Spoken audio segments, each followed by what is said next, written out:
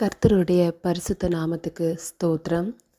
அற்பமும் குப்பையும் எளிமையும் தூளும் பொடியும் தெள்ளுப்பூச்சியும் அதற்கும் தகுதியில்லாத என்ன என்ற தெய்வம் ஒரு சாட்சியாக நிறுத்தினதுக்கு அவருடைய நாமத்துக்கு கோடான கோடி ஸ்தோத்திரம்.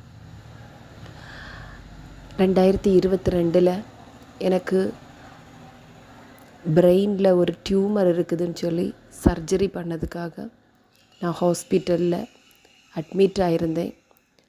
அந்த நேரத்தில் நாளைக்கு எனக்கு சர்ஜரி அப்படின்னு சொல்லி காலையில் சர்ஜரின்னு சொல்லி இருக்கச்சு நேரத்தில் ரொம்ப மனவேதனையாக நான் ஐசியூவில் இருக்கச்சில, ஏசப்பா, இனி நான் இவ்வளோ நாளும் வாழ்ந்தது என்னோட ஆசைகளுக்காக வாழ்ந்தேன்.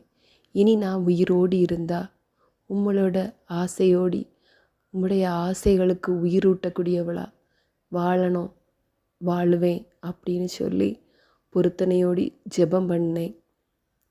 எனக்கு சர்ஜரி நடந்து முடிஞ்ச பிறகு என்னோட மனக்கண்ணில் நான் கண்டது என்னோட பாடி, அதாவது டெட் பாடியாட்டு நான் ஒரு மூலையில் இருக்கிறது தான் நான் பார்த்தேன்.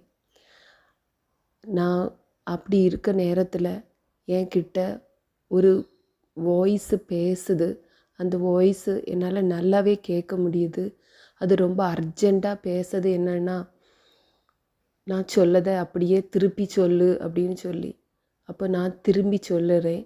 அது என்ன சொல்லுச்சுன்னா, என்னை உயிர்ப்பிக்கிற ஆவியே எழுந்து வாரும், என்னை தகிப்பிக்கிற அக்கினியே என்னில் நிறைவாய் வாரும் அப்படிங்கிற ஒரு இந்த சென்டென்ஸை திரும்ப திரும்ப என்னை சொல்லுச்சு. நான் அதை சொல்லிக்கிட்டே இருக்க நேரத்தில் அது ஒரு 3 டைம்ஸ் சொல்லும்போது என்னோட நான் பார்க்கக்கூடிய அந்த பாடியில் ஒரு கரண்ட் ஷாக் அடிக்கிறது போல் டப்புன்னு அதில் வர்றது மாதிரியும், அது கை கால்கள் எல்லாம் அப்படியே எழும்பி அதுக்கு பாடி டெட் பாடியாக இருக்கிறதுக்குள்ளால ஒரு ஜீவன் வர்றது போலையும் நான் கண்டேன். அதை கண்டு முடிக்கச்சில என்னோட கண்கள் திறந்து நான் பார்க்கும்போது நான் ஐசியூவில் இருக்கேன். அப்போ தான் நான் உயிரோடு தான் இருக்கேன் அப்படிங்கிறத நான் அப்போ உணர்ந்தேன். அந்த நேரத்தில் எனக்கு என்ன நடந்துச்சு எதுவுமே தெரியல. ஆனால் இந்த சென்டென்ஸ் மட்டும் நான் திரும்பவும் அதை சொல்லிக்கிட்டே இருக்க தொடங்கினேன். நான் ஒன்றும் முடியாத ஒரு ஸ்டேஜில் இருந்தேன் அந்த நேரத்தில். அதாவது ஒரு பேபி பிறந்த நேரத்தில் எப்படி சொந்தமாக எதையுமே செய்ய முடியாது இருக்குமோ, அதுக்கு எப்படி அம்மா அப்பா ஹெல்ப் பண்ணுவாங்களோ அந்த ஒரு அவஸ்தையில் நான் இருந்தேன். அந்த நேரத்தில் என்னோட கூட எப்பவும் ஏசப்பா இருந்ததை என்னால் ஃபீல் பண்ண முடிஞ்சிச்சு. நான் ஏசப்பா என்னோட அவரோட ஜீவனுள்ள வார்த்தைகள் கொண்டு பேசிக்கிட்டு இருக்கத, வசனத்தில் பைபிள் வசனங்கள் மூலமாக பேசுகிறத என்னால் உணர முடிஞ்சது. அது மட்டும் இல்லை, என்னோட செவிகளில் எப்பவும் கல்யாண வீட்டில் எப்படி சினிமா பாட்டு சத்தமாக போட்டிருப்பாங்களோ அதே மாதிரி என் செவிகளில் நான் எப்போவுமே பதிவாக கேட்கக்கூடிய ஏசப்பாவோட எல்லா பாட்டுகளும் என்னோட செவிகளில் கேட்டுக்கிட்டே இருந்துச்சு. ஃபுல் டைம் கேட்கதான் இருந்துச்சு. நான் எப்போல்லாம் ஐயோ நான் இப்படி முடியாமல் இருக்கனே அப்படின்னு மனசில் நினச்சாலே போதும், உடனே என்கிட்ட பேசக்கூடிய வாய்ஸையும் நான் கேட்டேன். அதுக்கு பிறகு நான் ஐசியூவிலேருந்து நான் வார்டுக்கு போனேன். வார்டுக்கு போகும்போது என்னோடய ஹஸ்பண்ட் என் கூட இருந்தாங்க. அவங்க என் கூட இருந்து என்னை நல்ல ரீதியில் கவனித்தாங்க. அவங்க கவனித்து அவங்க கொஞ்சம் தள்ளி போனால் கூட என் கூட ஏசப்பா இருக்கிறத என்னால், நான் ஒற்றைக்கு இருக்கேன் அப்படின்னு சொல்லி அவங்க சொல்லுவாங்க. நீ ஒற்றைக்கு இருக்கா, இந்த சுவிட்சை ப்ரெஸ் பண்ணணும், அப்போ உனக்கு என்ன தேவைனாலும் நர்ஸ் வருவாங்க அப்படின்னு சொல்லிட்டு போவாங்க.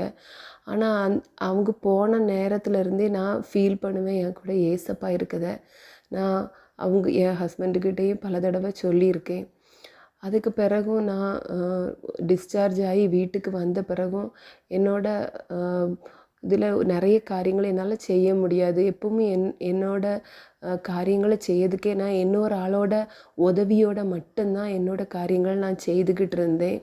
அந்த நேரத்துலையும் ஒவ்வொரு நாளும் என் கூட ஏசப்பா இருக்கதை என்னால் ஃபீல் பண்ண முடிஞ்சிச்சு. நல்ல தலைவேதனையாக இருக்கும். என்னால் எதுவுமே ஒரு என்னோட லெஃப்ட் சைடு எல்லாமே செயலிழந்த மாதிரி செயலிழந்து போயிட்டு, அதனால் என்னால் எதையுமே நடக்க முடியாது. ஒரு கிளாஸ் வெல்லம் கூட என்னால் கையில் பிடிக்க முடியாது. அந்த ஒரு அவஸ்தையில் இருந்தேன். நார்மலாட்டு உள்ள பர்சன்ஸ் செய்யக்கூடிய எல்லா காரியங்களுமே என்னால் செய்ய முடியாமல் இருந்துச்சு. ஆனால் ஒவ்வொரு நாளும் அற்புதமாக அதிசயமாக அவரோட கரம் என் கூட இருக்கதையும் என்னை பலப்படுத்துகிறதையும் என்னால் உணர முடிஞ்சிச்சு. நைட்டெல்லாம் எனக்கு உறக்கம் வராது. 3 மாதம் நான் நைட்டு உறங்கலை. ஆனால் எனக்காக டியூட்டிக்காக இருக்கிறது போல் இருப்பாங்க.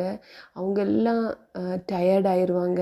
நான் எத்தனை டேப்லெட் சாப்பிட்டாலும் எனக்கு உறக்கமும் வராது, எனக்கு வேதனைகளும் மாறாது. ஆனால் அந்த நேரத்திலும் நான் ரொம்ப சந்தோஷமாக இருந்தேன், களைப்படையாமல் இருந்தேன். ஏன்னா எப்போவும் என் காதுகளில் ஏசப்பாவோட பாட்டுகள் ஒலிச்சிக்கிட்டே இருக்கும்.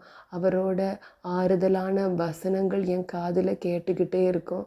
அவர் என் கூட பேசுறதும் என்னால் கேட்க முடிஞ்சிச்சு, ஃபீல் பண்ண முடிஞ்சிச்சு அவர் என் கூட இருக்கதையும்.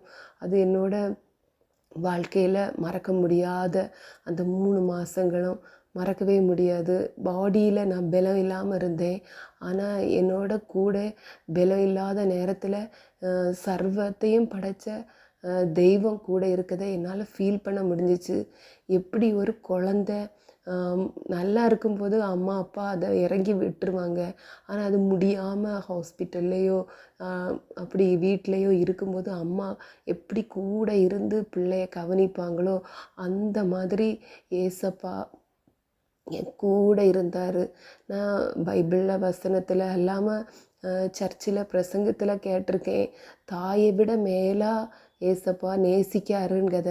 ஆனால் அதை முதல் முறையாக என்னால் ஃபீல் பண்ண முடிஞ்சது என்னோட ஆரோக்கியம் இல்லாத நிலைமையில் நான் ஃபீல் பண்ணேன்.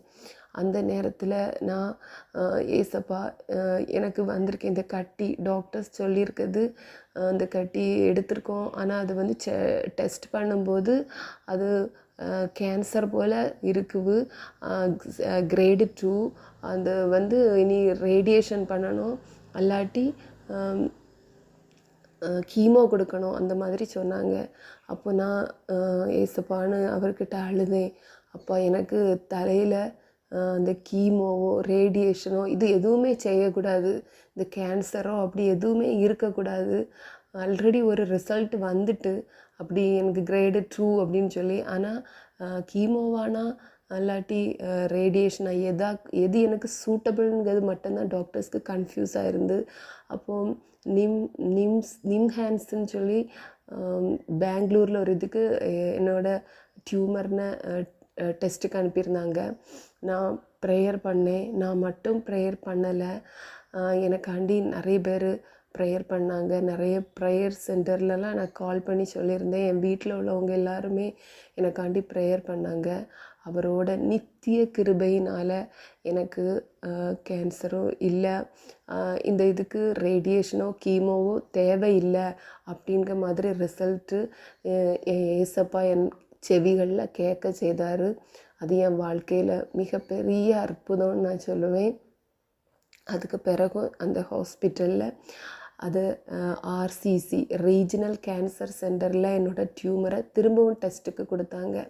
அதுக்கு பிறகு தான் அவங்களால டிசைட் பண்ண முடியும், ஒரு ஒப்பீனியன் மட்டும் போதாது, செகண்ட் ஒப்பீனியன் கூட வேணும் அப்படின்னு சொல்லி, அதாவது 3rd ஹாஸ்பிட்டலுக்கு திரும்பவும் 3வது ஒரு ஹாஸ்பிட்டல்லையும் டெஸ்ட்டுக்கு கொடுத்தாங்க.